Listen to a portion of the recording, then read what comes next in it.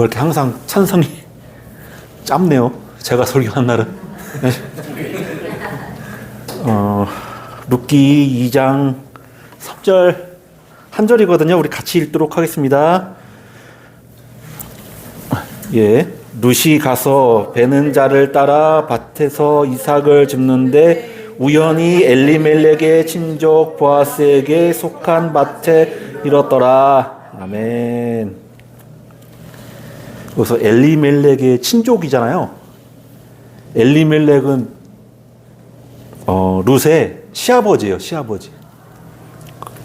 그리고 엘리멜렉과 되게 가까운 친척이 있는데 이 보아스예요. 근데 우연히 여기에 방점을 찍었습니다. 그래서 제목이 우연이라는 제목으로 하나님의 말씀을 선포하고자 합니다. 예. 되게 급조된 설교거든요. 4시에 끝나가지고 또 그냥 올 수 없어가지고 제가 아무래도 작업을 하는 그런 일을 하다 보니까 또 샤워도 해야 되고 막 김정래 목사님한테 전화할까 이거 너무 시간이 촉박해가지고 이거 그런데 또 집에 가니까 양복을 이렇게 딱 걸어놨네. 그래가지고 다급해서 이렇게 막 모닝 타고 오는데도 뭘로 설계해야 되지 막 도저히 이 아이디어가 안 떠오르고 막 생각이 안 나는데 그 와이프가 카톡을 보냈어요. 카톡 보냈는데 이제 와이프가 이제 4시 30분에 일을 끝나니까 이제 버스 타고 보통은 제가 이제 데리러 가는데 버스 타고 오는 길에 또 딸이 학원에 갔다가 이제 오는데 어떻게 우연찮게 같은 버스를 탄 거예요. 우연히 만났다 해서 우연이라는 그 단어에 꽂혀가지고 우연이라는 단어가 들어가는 성경구절이 없을까? 이렇게 재미나이한테 물어보니까 이 룻기 2장 3절을 알려주는 거예요. 네, 그렇게 됐습니다. 그 룻과 보아스가 우연히 만났어요. 만나게 됨으로 말미암아 인간이 보기엔 우연의 사건인데 하나님의 역사에서는 엄청난 사건이야 이게. 둘이 결혼해서 오벳을 낳는데 오벳의 손자가 바로 예수 그리스도의 조상으로 오시는 다윗 왕이에요. 다윗 왕. 그러니까 왕족의 그러니까 조상이지. 왕족의 조상. 이시조선 조선 왕조에서도 보면 용비어 청가라고 해가지고 이성계 아버지 할아버지 뭐 이렇게 일대기를 막 휘황찬란하게 이렇게 쓴 게 이래서 이제 이성계라는 왕이 나타날 수밖에 없었고 정당성이 있다. 고려를 무너뜨리고 이제 조선을 건국할 만한 그런 이제 가문이다 해가지고 이제 용비어 청가를 쓴 거잖아요. 용이 이렇게 일어났다 이렇게. 이 다윗 왕조의 이제 시작이 된 거죠 이게. 우연으로 시작했지만 하나님은 이미 계획하셨던 거죠. 이 스토리가 있는데 그 엘리멜렉이라는 유다 베들레헴 에브라 사람이에요. 그러니까 유다 베들레헴 에브라 사람이면 유다 족속이고 또 베들레헴에서 살고 거기서 이제 더 이제 세분해서 에브라에서 사는 엘리멜렉하고 나오미가 부부고 또 말론과 기럝이라는 두 아들이 있었어요. 근데 베들레헴에 기근이 든 거예요. 그래서 이런 생각이 든 거죠. 여기서는 살기 힘들겠는데? 해가지고 모압 땅에 가면은 잘 먹고 잘 산다더라.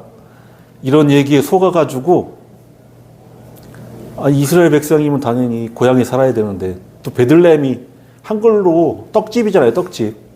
떡이 있는 집인데 왜 떡집을 벗어나서 왜 이민을 가가지고 또 우리 영원하게 배부르게 살 수 있는 그 육의 양식, 영의 양식을 주시는 예수 그리스도가 우리 또 하늘의 만나처럼 우리의 떡이 되시잖아요. 떡이 돼서 영생하게 우리가 배부르게 먹을 수 있는데 예수님을 떠나서는 결과는 비참한 거예요.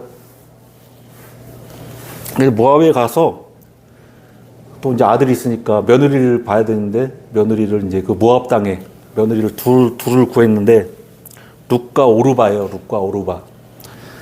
근데 두 아들 죽고 남편까지 죽으니까 거의 이제 실성한 상태야. 그래서 이제 형제가 죽으면은 그 동생을 남편으로 줘가지고 자식을 이어가게 해야 되는데 너희들은 이미 장성했고 나는 지금 남편도 없고 애를 낳을 수도 없고 낳는다 해도 너희들 한참 기다려야 되고 난 이미 틀렸으니까 너희 고향으로 다시 돌아가서 다시 이제 재혼해라 행복하게 살라 했는데 오르바를 울면서 이제 고향으로 갔어요. 근데 룻은 어머니의 하나님이 나의 하나님이다. 죽어도 같이 죽고 살아도 같이 산다 하면서 자기 고향을 버리고 베들레헴에 온 거예요. 쑥쑥쑥 이제 베들레헴에서 이제 에브랏에 오니까 에브랏 사람들이 쑥덕쑥덕거리는 거야. 고향을 버리고 이민 갔더니 남편과 자식 둘을 다 잡아먹고 이방 며느리 하나만 딸랑 데리고 왔네 하면서 막 쑥덕쑥덕 거렸겠죠. 그러니까 나는 이제 나오미가 아니다. 마라라고 불러라. 나는 희락이 아니야. 괴로움이야. 그 마라의 쓴물이잖아요. 그런 것처럼 나의 인생은 마라처럼 괴로운 인생이야. 이제 나를 나오미라고 부르지 말고 마라라고 불러. 했는데 이제 원래 하나님께서 주시는 분깃이 있잖아요. 재산이 있는데 아무래도 이민을 갔으니까 재산을 다 팔았을 거 아니에요. 그래서 그 재산 가지고 이제 이민을 갔을 텐데 근데 먹고 살려고 또 풀칠을 해야 될 거 아니야. 근데 또 이스라엘 그때 당시 복지 정책이 이제 이삭을 이렇게 낯으로 이제 밀을 베면은 이제 밀알이 막 떨어지잖아요. 그런 거를 죽을 수 있게 허용해줬어요. 못 먹고 사람 사니 먹고는 살 수 있게. 또 하나님께서 그렇게 원하셨고. 그래서 이제 2장 3절에 말씀이 나온 거예요. 우연찮게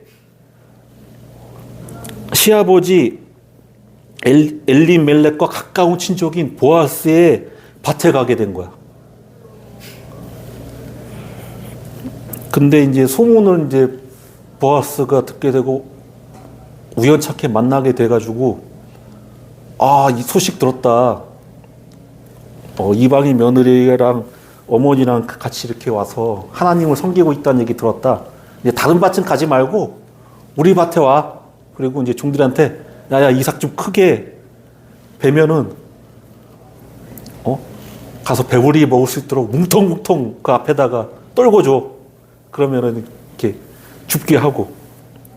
그러니까 평상시보다는 더 많이 갖고 온 거예요. 왜 이렇게 많이 갖고 왔어? 이거 어머니가 그러니까 보아스라는 사람의 밭에 갔는데 되게 잘해줘요. 그러니까는 이제 번쩍한 거지. 뭔가 이 나이 드신 이 여성분의 이 촉각이 이제 예민해진 거죠. 이 돈 냄새를 맡은 거죠. 잘 사는 분명히. 근데 또 보아스가 잘 산다는 소문 그 전에도 알고 있었는데 이게 우연찮게 보아스란 그 집사람 밭에 가서 이렇게 주는데 이렇게 관대하게 대해줘? 그래서 뭔가 이렇게 딱 느낌이 온 거죠. 이 나이 드신 여성의 이런 감이랄까? 이 돈 냄새를 딱 맡은 거예요. 뭔가 이게 괴로움에서 뭔가 다시 또 희락으로 기쁨에 또 나를 올 것이라는 뭔가 꿈과 희망이 생긴 거예요. 그래서 룻기 3장 3절에서 4절에 며느리한테 이렇게 얘기해요. 그런즉 너는 목욕하고 기름을 바르고 이복을 입고 밭에 이삭 죽는데 왜 목욕하고 기름을 바르고 의복을 입고 약간 상식에 반하는 거잖아요. 타작마당에 내려가서 이제 그 사람이 먹고 마시기 이제 수사하면 막 기쁘잖아. 막 배불리 먹고 이제 막 일꾼들도 막 와서 이제 마시고 막 이렇게 먹고 막 이렇게 즐기는 분위기에서 너무 기쁘고 하니까 이제 볕단에다가 이렇게 누워서 있었던 거예요, 보아스가. 너무 즐겁게 먹고 마시면서. 그래서 그 사람이 타작마당에 내려가서 그 사람이 먹고 마시기를 다 하기까지는 그에게 보이지 말고 그가 누울 때 너는 그가 눕는 곳을 알았다가 들어가서 그의 발치 이불을 들고, 그러니까 이불을 덮고 이렇게 잤나 봐요. 그 발치 이불을 이렇게 딱 들어 올려가지고 거기 들어가서 누우래. 그럼 내 할 일을 내게 알게 그럼 그가 내 할 일을 내게 알게 하리라 하니, 이렇게 잘 꾸며가지고 갑자기 이제 자고 있을 때 어떻게 보면 침범한 거잖아, 자기의 영역을, 그 남자의 영역을. 근데 시어머니가 하라는 대로 그냥 침대에 같이 이렇게 발 밑에 내가 이렇게 누워 있는데 발 밑에 갑자기 와이프가 가지고 눕는 거랑, 이거 와이프는 괜찮은데 막 외간 여자가. 그러니까 룻기 3장 9절에 그러니까 보아서 깜짝 놀라는 거야. 자다가 너무 기분 좋다 그렇게 막 하다가 발치에 뭐가 걸리네? 뭐가 물컹해요. 그래서 룻기 3장 9절에 이르되 내가 누구냐 하니 대답하되 나는 당신의 여종 룻이 오니 당신의 옷자락을 펴 당신의 요정을 덮으소서. 이는 당신이 기업 물을 자가 됨이니이다 하니. 그러니까 예전에 그 가나 초콜릿 선전할 때 막 이렇게 남자 품에 이렇게 막 여자가 막 이렇게 하잖아요. 그런 것처럼 옷으로 나를 덮어달라는 거야. 그러니까 룻은 이렇게 간접적으로 난 너의 자식을 갖고 싶어. 약간 그런 메시지가 아닐까. 되게 적극적으로 나선 거죠. 이게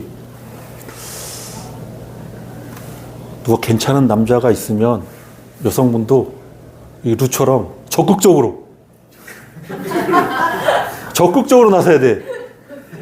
이게 과거에도 그렇고 지금도 그래야 돼요. 그냥 막연히 이렇게 시간이 흘러가고 막 저절로 이루어지겠지. 절대 그런 일 없어요.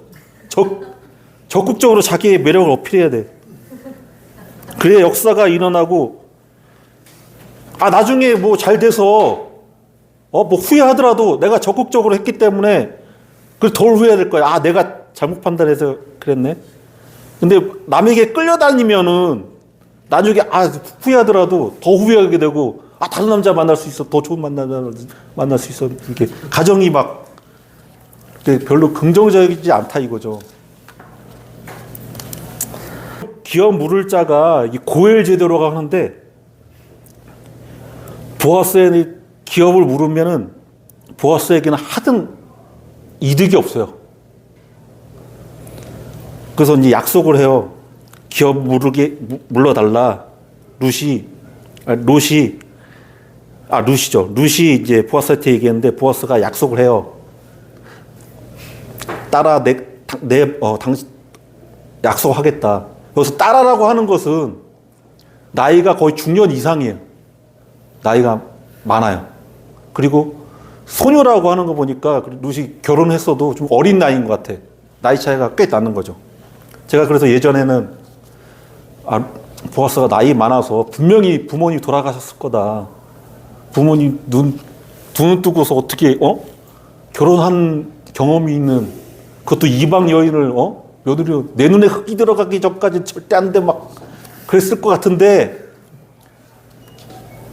이 보아스 어머니도 되게 놀라운 사람이에요. 좀 이따 얘기할게요. 그러니까 고엘 제도라고 보아스는 막대한 손해를 입을 수밖에 없어요. 왜냐하면 자신의 사비를 들여가지고, 보아스는 보아스 가문의 수장이고 엘리멜렉과 두 아들이 죽었고 후손도 없기 때문에 이미 그건 망한, 심지어 그 땅이 있더라도 땅을 경작할 사람이 없어. 그 무의미한 거야. 이미 끝난 거야, 끝난 거야. 근데 엘리멜렉 가문의 땅값을 지불할 뿐만 아니라 그 엘리멜렉의 그 며느리인 룻과 결혼해서, 보아스가 룻과 결혼해서 아들 오벳을 낳았어도 오벳은 보아스 가문이 아니라 법적으로 엘리멜렉의 손자로 들어가게 되는 거예요. 이게 고엘 제도예요. 이게 기업을 물을 자예요. 그래서 보아스가 자기보다 더 가까운 친척이 있거든요. 아, 네가 그 땅을 사라 하니까 땅 사겠다 하니까 그래, 열장로를 불러요. 성 앞에서 그 증인을 대동하고서 이제 한 거죠, 거래를. 우리 땅 사겠대요. 땅이 좋았나 봐요. 그래서 땅 사겠다. 그러면 너가 기업을 물을 사람이니까 너가 룻과 결혼해서, 진짜 롯과 룻이 자꾸 헷갈리는데, 룻과 결혼해서 네가 자식을 낳고 그 자식이 엘리멜렉 가문을 이어받아야 된다. 그리고 너 그 재산을 줘야 된다니까, 재산 분배가 약간 좀 애매해지잖아요. 자기도 자식이 있을 테고. 이거 난 안 하겠다. 신발을 던져가지고 나는 포기 선언해요. 그러니까 그때 이제 보아스가 나서서 이제 장로들 앞에서 내가 기업을 물으겠다 라고 이제 선언하고 결혼해요. 그래서 아들 낳고 그 아들 오벳이 다윗의 할아버지가 되는 거죠. 그러니까 오벳도 엘리멜렉 가문의 그 아들로 이름을 이어가고 법적으로도 엘리멜렉 집안의 사람이 되는 거예요. 그리고 보아스 자기 돈을 써가지고 자기 가문의, 보아스 가문의 유산도 못 되고 엘리멜렉 남의 가문의 유산이 되고 아들도 엘리멜렉 가문으로 이어가니까 보아스는 솔직히 이 기업을 안 물어도 누가 뭐라 할 사람이 없어요. 근데 보아스가 바로 예수님의 모형이고 그림자예요, 그림자. 오벳은 이중적인 신분을 갖게 된 거거든요. 법적으로는 엘리멜렉의 손자인데 혈통으로는 보아스의 아들이에요. 그래서 족보에서도 보아스와 보아스 아버지와 이제 아들 오벳이 나와요. 근데 웃긴 게 아까 가까운 친척이라고 했잖아요. 유다 베들레헴 에브라 사람이야. 엘리멜렉도 그 사람이고 보아스도 그 사람이야. 근데 이 말씀이 되게 중요해요. 그래서 오벳은 이중적인 신분을 갖게 되는데 법적으로는 엘리멜렉 손자라고 했잖아요. 혈통으로는 보아스의 아들이고. 근데 예수님은 솔로몬의 후손인, 그러니까 다윗과 솔로몬의 후손인 그 왕족을 쭉 이어서 요셉, 법적인 다윗 왕가의 후손이에요. 하지만 후손이지만 실제로는 하나님의 아들이잖아요, 예수님은. 또 다윗의 아들 솔로몬 말고 나단이 있어요. 나단 아들, 다윗의 아들 중에. 그럼 다윗의 후손 맞잖아요. 나단의 후손으로 쭉 내려오면은 혈통적으로는 마리아의 아들이 되는 거예요. 그러니까 마리아와 요셉은 둘 다 다윗의 후손이지만 법적으로는 왕가의 후손이고 혈통적으로는 마리아의 아들, 그 다윗의 후손도 맞고, 이 다윗의 후손이라는 게 이세의 뿌리가 나온다고 했거든요. 그 이사야의 그 예언의 말씀에. 그러니까 다윗의 후손이 메시아로 올 것이라는 거는 그 당시 유대인은 모두 다 알고 있었어요. 분명히 다윗의 왕가가 이스라엘을 다시 회복할 것이다. 그런 희망을 갖고 살았거든요. 비록 나라를 잃었어도. 미가 5장 2절에 베들레헴 에브라다야, 너는 유다 족속 중에 작을지라도 이스라엘을 다스릴 자가 내게서 나올 것이라.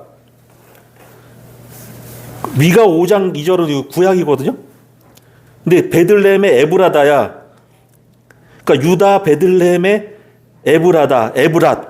아까 에브랏 사람이라고 했잖아요. 엘리멜렉과 보아스가. 그러니까 유다 베들레헴 에브라다 다 포함이 돼. 공통 분모를 갖고 있어요. 보아스랑 엘리멜렉이랑. 그게 그 핵심이 바로 정수가 오벳이고 이세 다윗으로 내려가는 거죠. 그래서 족속 중에 작을지라도 이스라엘을 다스릴 자라 내가 내게서 나올 것이다. 다스릴 자가 내게서 나올 것이다. 메시아가 거기서 나올 거야. 근데 엘리멜렉이 되게 그 유다 그 후손 중에 가장 유력한 가문이었대요. 가문이었는데 그 모압으로 갔잖아요. 그래서 이제 가족이 풍비박산 나고. 근데 원래 요셉과 마리아는 그 당시에 나사렛 살았거든요. 나사렛. 그래서 나사렛 예수라고 예수님께서 본인을 그렇게 말하잖아요. 근데 그럼 나사렛에서 나야 되잖아, 예수님이. 근데 성경에는 분명히 베들레헴에서 난다고 했거든. 이거 어떻게 된 거지? 근데 하나님 말씀 그 예언이 이루어지기 위해서 로마 황제를 하나님께서 움직이셨어. 우연을 가장한. 인간이 보기엔 우연인데 하나님한테는 우연이 아니에요. 로마 황제 아우구스투스를 움직여서 호정력을 온 세상에 내요. 그때 당시 이제 로마의 식민 치하에 있었잖아요. 그러니까 호적을 기고만장해가지고 내 백성이 얼마나 많을까, 숫자는 얼마나 될까, 남자 여자는 얼마나 될까.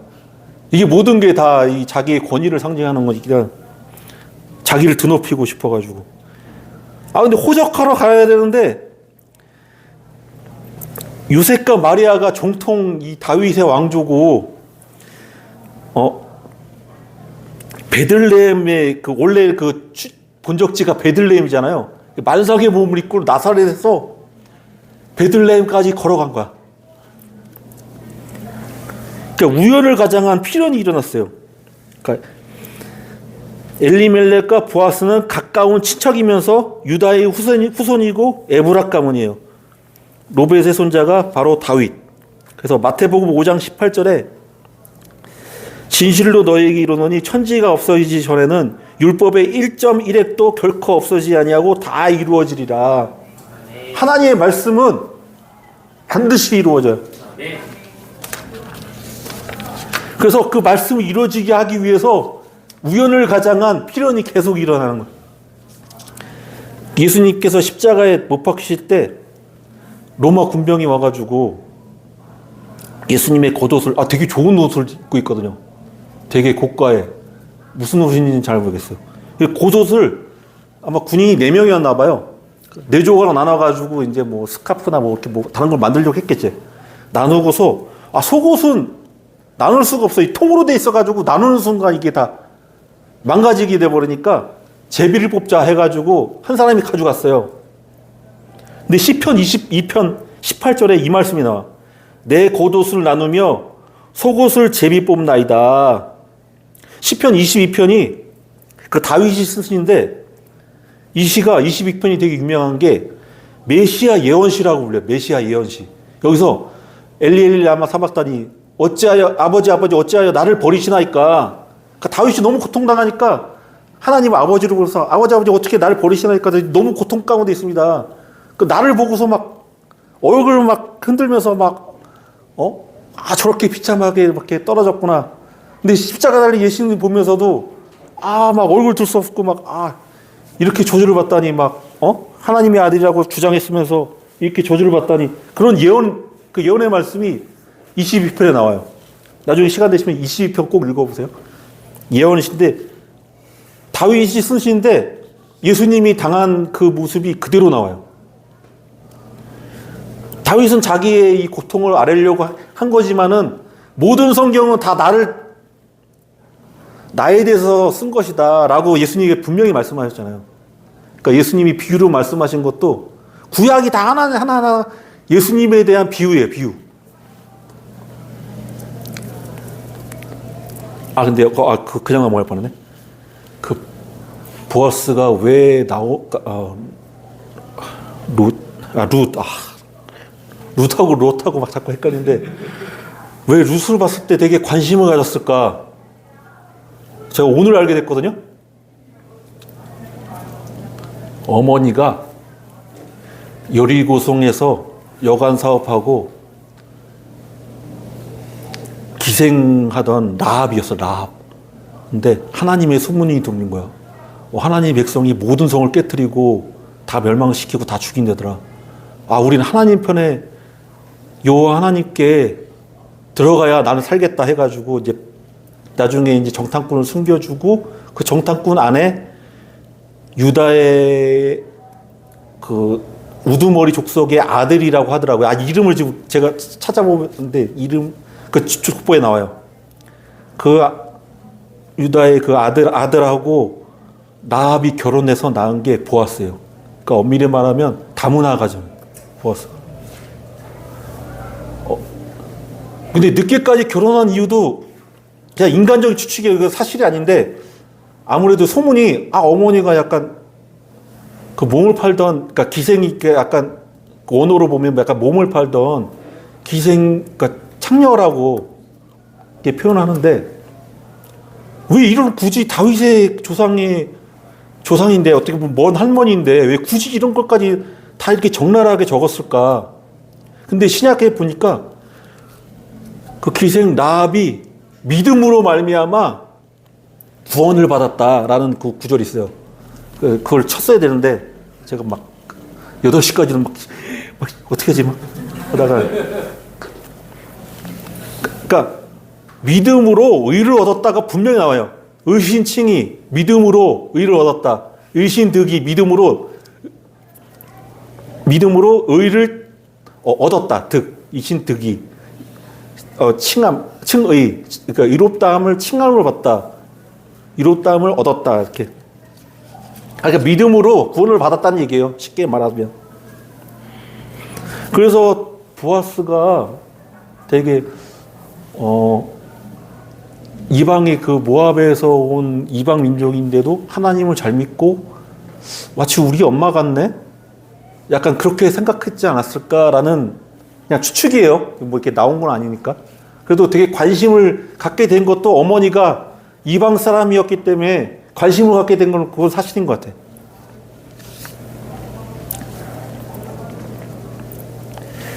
모든 것이 눈에 보이나, 모든 것이 우연처럼 눈에 보이나, 이 모든 것은 하나님의 섭리 안에 있었던 거예요.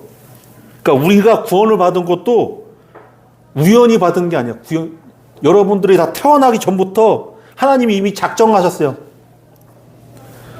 작정하셨음을 믿으시기 바랍니다. 그 사단에 속아가지고 사단의 소가 에덴을 빼앗기며 나오미처럼 희락에서 마라 괴로움으로 고통받았지만 기업 물을 자 예수님께서 우리 대신 죄값을 치르시고 에덴 천국을 상속받게 하셨고 다시 나오미 희락과 기쁨을 찾게 해주셨어요. 그런 하나님께 경배와 찬양을 하고 감사와 기쁨이 항상 넘치는 믿음의 형제자매 한빛교회 성도가 되시기를 나사렛 예수 그리스도의 이름으로 축복합니다. 축복합니다. 축복합니다. 예.